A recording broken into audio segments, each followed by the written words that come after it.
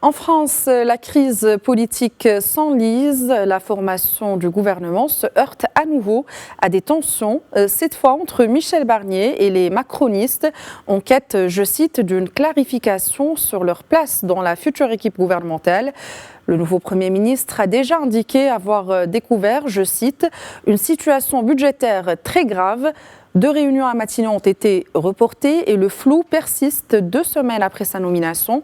Alors qu'il avait promis de nommer une équipe dans les prochains jours, Michel Barnier semble contraint de temporiser dans ses consultations. Et pour parler de la situation politique en France, nous rejoignons en direct à Paris Moustapha Tossa, éditorialiste et analyste politique. Monsieur Tossa, bonsoir. Bonsoir. Alors, Michel Barnier a du mal à former son gouvernement. Quels sont aujourd'hui, à votre avis, les obstacles qu'il rencontre ?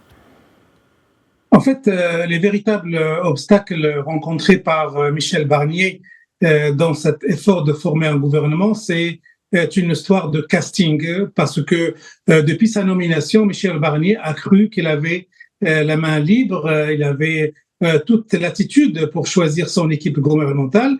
Et quand il a choisi ses ministres, il les a présentés apparemment d'après les informations qui circulent dans la presse à Emmanuel Macron, et cela avait provoqué une forme d'amertume du président de la République qui a vu ou qui a estimé que le gouvernement présenté par Michel Barnier ne représente pas un gouvernement de rassemblement et d'unité. Or, il se trouve que les noms qui ont circulé dans la presse, qui ont circulé dans la presse, sont en majorité, appartiennent en majorité au Parti des Républicains. C'est comme si les Républicains, le Parti des Républicains, qui n'a eu que 47 députés à l'Assemblée nationale, vient d'avoir sous Barnier la grosse part du gâteau gouvernemental. Ce qui a eu le don d'énerver et le président Macron et les partenaires de la majorité de Michel Barnier, à savoir Renaissance, à savoir Modem, à savoir Horizon, qui forment le bloc central et dont Michel Barnier a grand besoin pour pouvoir s'assurer un soutien au Parlement. Alors justement, le camp du président Emmanuel Macron exige, je cite, une clarification sur sa place dans la future équipe gouvernementale. Est-ce que, en quelque sorte, Barnier est sous pression aujourd'hui ? En fait, il faut dire que la relation entre Barnier et le bloc central incarné par Gabriel Attal est mal partie depuis le début. On se rappelle la séquence de la passation de pouvoir qui était glaciale, qui était pleine de conseils entre guillemets paternels, une feuille de route que Gabriel Attal avait proposée à Michel Barnier, qui était dans l'obligation de répondre. Donc la relation entre les deux hommes est partie du mauvais pied depuis le début, et ça s'est continué comme mauvaise relation. La preuve dans le magazine Le Point, Gabriel Attal a donné une grande interview très remarquée par la presse, dans laquelle il pose des lignes rouges à l'action gouvernementale de Michel Barnier. C'est comme si il l'encadrait en quelque sorte. Et dans ces lignes rouges, il est hors de question pour Renaissance d'accepter que Michel Barnier puisse envisager une hausse des impôts. Cette hausse des impôts est aussi refusée par les Républicains, est aussi refusée par le Modem, et on se retrouve avec un Premier ministre qui doit former un gouvernement dans lequel doivent participer ces partis politiques, et ces partis politiques montrent clairement des divergences économiques et stratégiques avec le Premier ministre. Donc il y a là une forme de blocage entre le Premier ministre désigné par Emmanuel Macron, Michel Barnier, et les partenaires politiques dont il a besoin pour justement bénéficier d'une forme de majorité relative au Parlement, en tout cas d'un soutien parlementaire pour son action.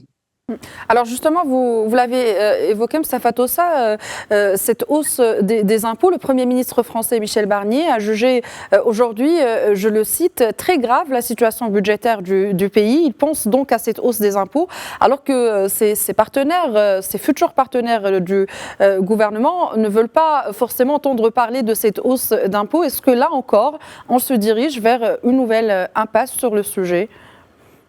Oui, alors en parlant de cette hausse des impôts et parlant aussi de ce qui a été distribué comme élément de langage à la presse française, c'est que Michel Barnier fait presque le même constat que François Fillon à l'époque de Nicolas Sarkozy quand il a dit je suis à la tête d'un État en faillite. Donc Michel Barnier fait le constat que les finances publiques vont mal et que pour pouvoir apporter une thérapie et des solutions à cette crise économique, il n'a d'autre choix que de diminuer les dépenses publiques et d'augmenter les impôts. C'est un choix que ses partenaires refusent. D'ailleurs, certains disent si on avait comme unique solution d'augmenter les impôts, on aurait mieux fait de confier le poste de Premier ministre et Matignon à la gauche et ça aurait été logique.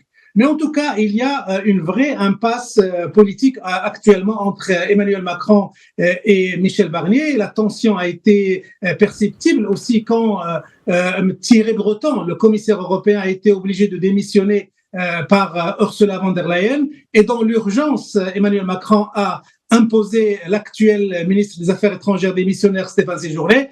Apparemment, Michel Barnier avait de mauvaises relations avec Stéphane Séjourné et il était contre sa nomination, sa désignation comme commissaire européen. Donc il y a de la tension et d'ailleurs il y a une atmosphère en ce moment qui règne sur la presse et qui se pose cette question. Et si demain Michel Barnier, incapable de former un gouvernement, jette l'éponge, qu'est-ce qui se passerait? Est-ce qu'il se passera une vraie crise politique majeure que rencontrerait Emmanuel Macron? Donc oui, on est dans une vraie impasse et on se demande quelles sont les solutions auxquelles Michel Barnier pourra faire appel pour sortir de cette crise.